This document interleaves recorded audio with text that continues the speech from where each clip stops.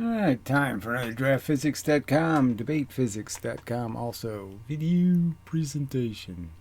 Someone deal with one comment who I blocked because he linked to a Dispar video, and you're just not going to do that. They're all garbage, alright, and I've explained over and over, and I just don't have an obligation to show every time they do an experiment why they haven't thought of this and they haven't thought of that and they didn't check this and they didn't test that.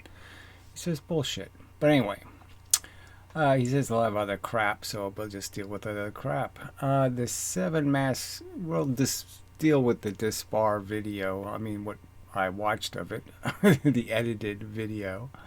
Anyway. The 7 mass not moving was your prediction, so that's true. So I just thought I would show this diagram and just point out that, their math is, it incrementally gets to a 0, but you have to go to infinity to finally get there in terms of twice the momentum. So it starts off with, 1.3, then 1.5, then 1.6. 6, 6, 7, 7, 5, 7, 7, 8, 8.1, 1.82, so it gets smaller and smaller and smaller and smaller. Anyway, so as a practical matter, you can only hope to get 1.75, let's say, free momentum. Okay, but it's still a free momentum formula. Free momentum can't work as an idea in a place where the law of the lever is actually a law. And it actually works. If levers and pulleys are momentum conversion devices, you can't make free momentum because that's free energy, frankly. So obviously my predictions are more like, a one object, one mass, it's a one mass, you get 100%. You hit something heavier, 2 mass, you get some reflection, so only 80% goes forward, 20% comes back, and then in the case of the 1 to 3, it's 75% of the energy goes into the 3 and 25% comes back. And then 30%, then 35, 40, and on up. Till finally you get something heavy enough that it doesn't move at all and you get all your energy back as a reflection. Alright. So I showed the video of the block being launched by a spring that verifies what I've argued, okay, is that there's only so much momentum, and you can't make free momentum, and you can't have it both ways. So I'll draw that. All right. So one of the Bruce Yerney videos just has the simple experiment, where you just have a spring on an immovable object, and you launch a block. Okay, and then you do the same experiment with the blocks launching against each other. So they're all 1 mass blocks. And quite obviously, okay, this one against the immovable object, leaves with twice the velocity of these individually. They only get half the velocity. So if you watch the experiment, that's exactly what happens. That you're going to have a 1 block moving twice the velocity, or 2 half blocks moving half the velocity, and this is probably a little bit less because of the spring problem I've talked about before, that the faster the spring's moving when the object leaves the spring, right, the more energy you lose. So instead of this being 2 velocity, it's going to be 1.8 or 5 or something a little less than. But the point is that you have to conserve the momentum, and it's going to be the same momentum. Okay, a total of a 2 mass going a 1v equals a 1 mass, going 1v, right?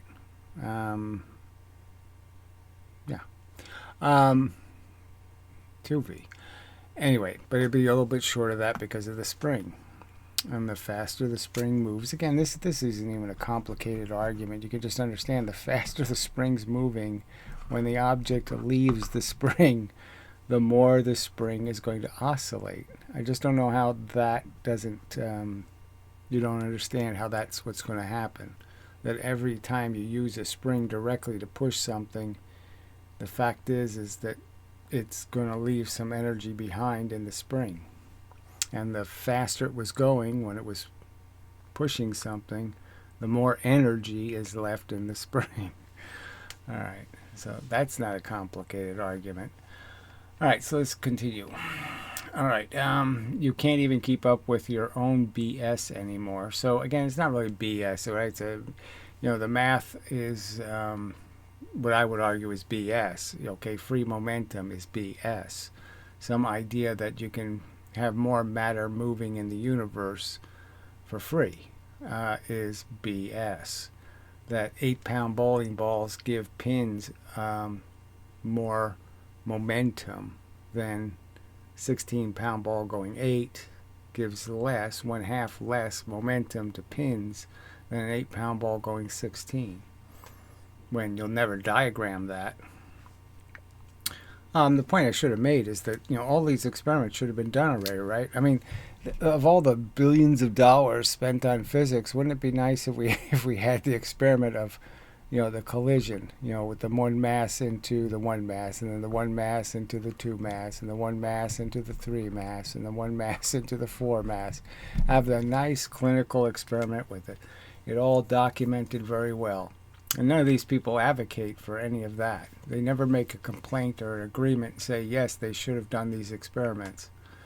Anyway, BS anymore. And you could not have used their math because you don't what their math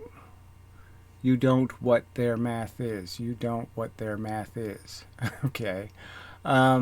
In 10 years, you haven't learned how to solve elastic collisions. And again, solve them with what? Fictitious nonsense.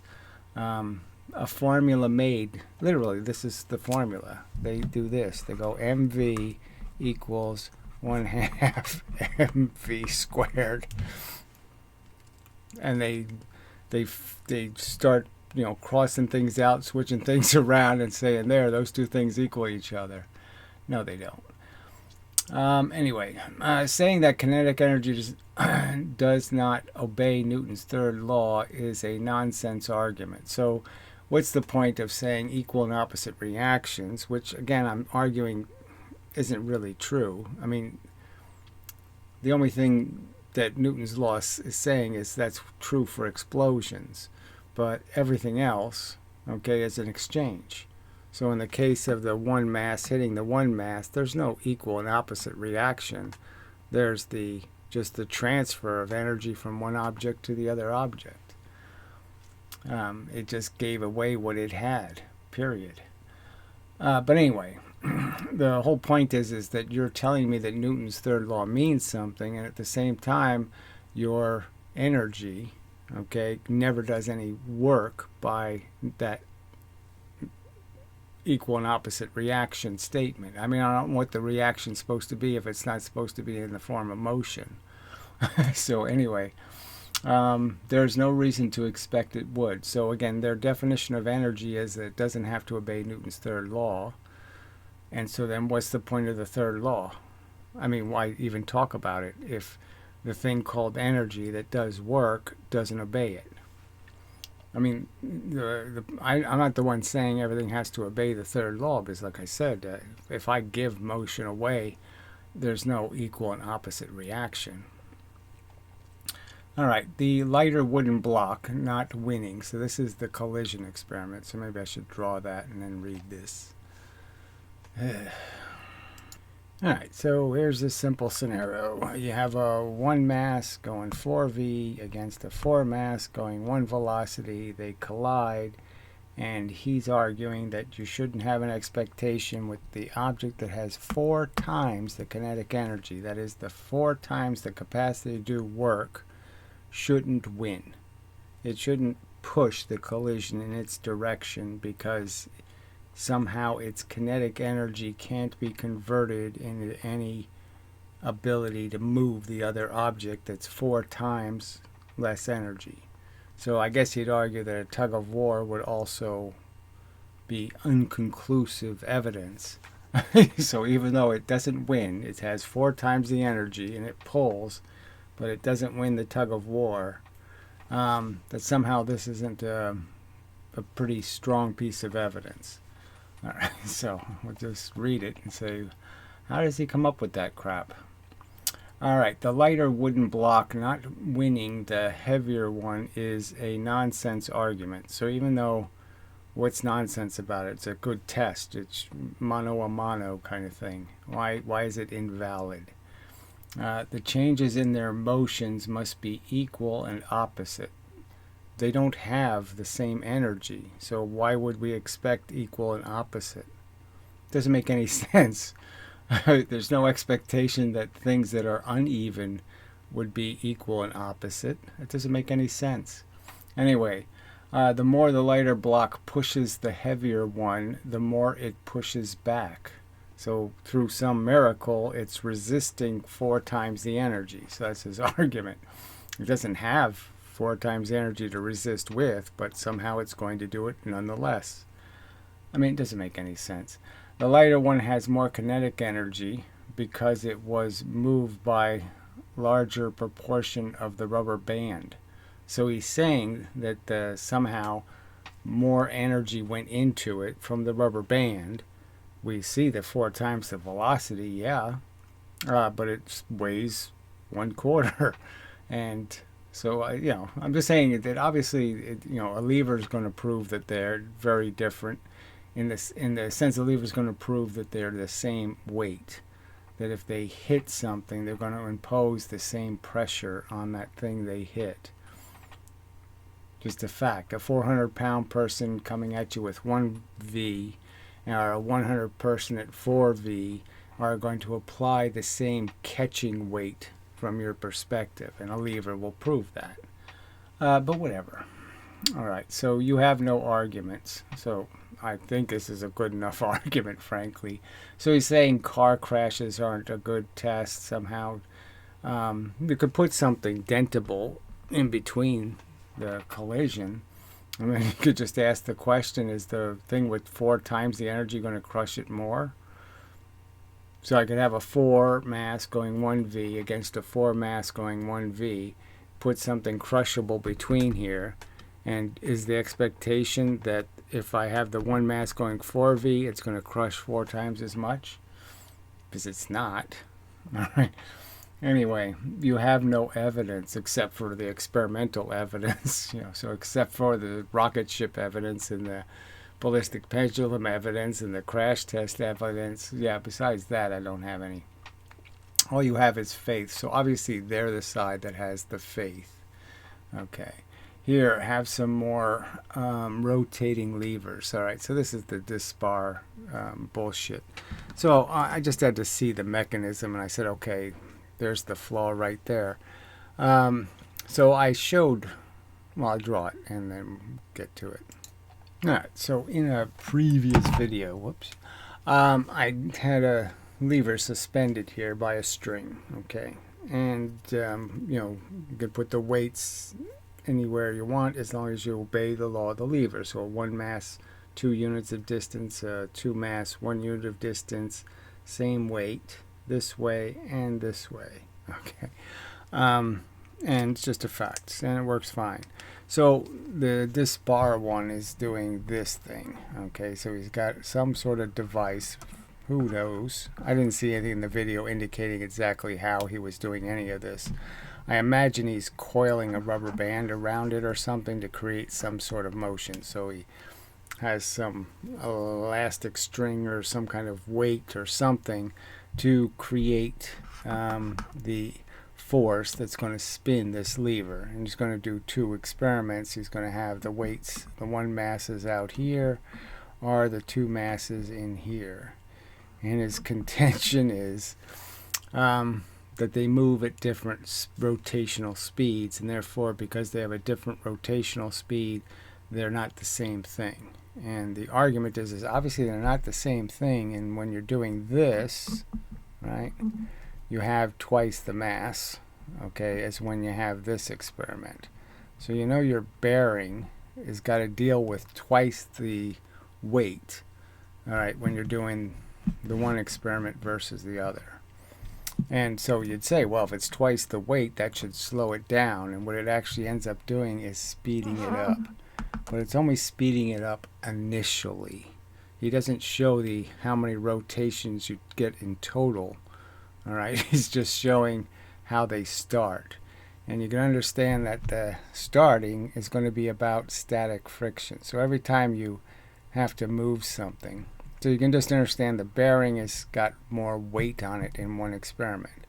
And because it has more weight, that's just like you saying, okay, I have a heavier block and I have a lighter block. Which one do I have to apply more pressure to initiate its motion? Which one has more static friction? Okay, and the obvious answer is the heavy one has more static friction. All right, so it means that you have to apply more pressure for a longer period of time to get it to move. So as the mechanism is applying its pressure, it has to, if it was on a scale, you could understand it has to reach a certain pressure before it gets any velocity. So before, I guess I should draw it as a straight line, and then the velocity happens once it breaks free. So it has to break the static friction, and then when it breaks it, it's because it went up from 3 to 6 to 9 pounds. It broke the pressure at 9 pounds, so it's initiating the motion at 9 pounds. Where the other one, because it broke the static friction at 4 pounds, starts off only going 4, because it's only got 4 pounds of pressure it's built up, and it's starting to move at 4.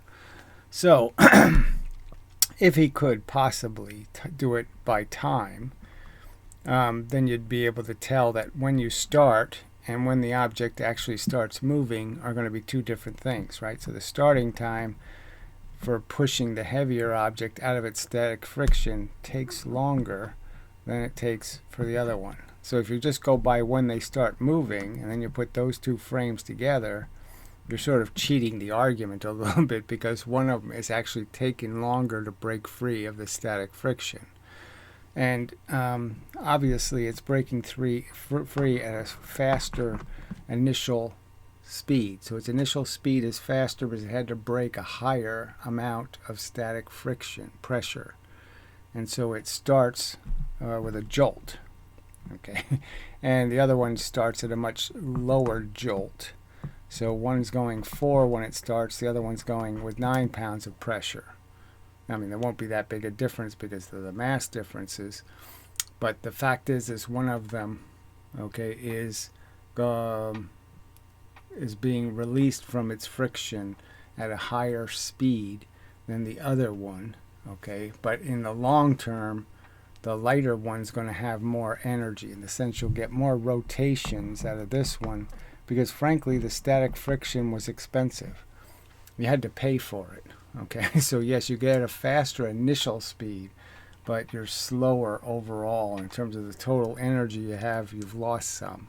So I would certainly predict, if he would show the entire experiment, that the one on the outside will make up for its slow start and catch up and pass, okay, the interior one. And it really just has to do with the static friction. So simple explanation. I mean, anytime you do one of these experiments, you always have to consider that the mass of the entire thing that you're placing on the bearing. Okay, it's not just the masses, it's the mass of the lever and the mechanism. So you have, you can end up with a lot more weight than you think you have, and it makes a difference. It just kind of depends. I guess the heavier you make the mechanism, the less the static friction would matter, because the less the masses will matter. But the less the masses are, the less difference you're going to see in any kind of rotational speed anyway. So that really won't work either. But anyway, so he doesn't, in none of these experiments is there any effort to recognize that, yes, these are two different experiments. I mean, the difference is that one of them does in fact have more mass on it. Now, the point is, it doesn't have more weight for turning, okay, but it has more mass on the bearing, and that's just a fact. So if he did suspend it, I would guess, okay, that the static friction of the tension in this string, there isn't the same problem. Strings don't have a harder time twisting because they're under more pressure, as far as I know. And even if there was some difference, it'd be smaller than the difference on any other kind of bearing surface that has to turn. So it would still be a better experiment to do as free as possible, without any bearings, or with as small as possible.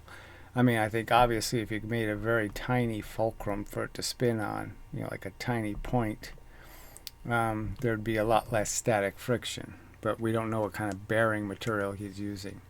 So we don't know how much static friction it's under, frankly. We don't know how freely it turns. Now, the indication was it doesn't turn very freely because I think he started the video and he didn't have enough energy to even get it to rotate. And so he had to apply more pressure to get it to rotate.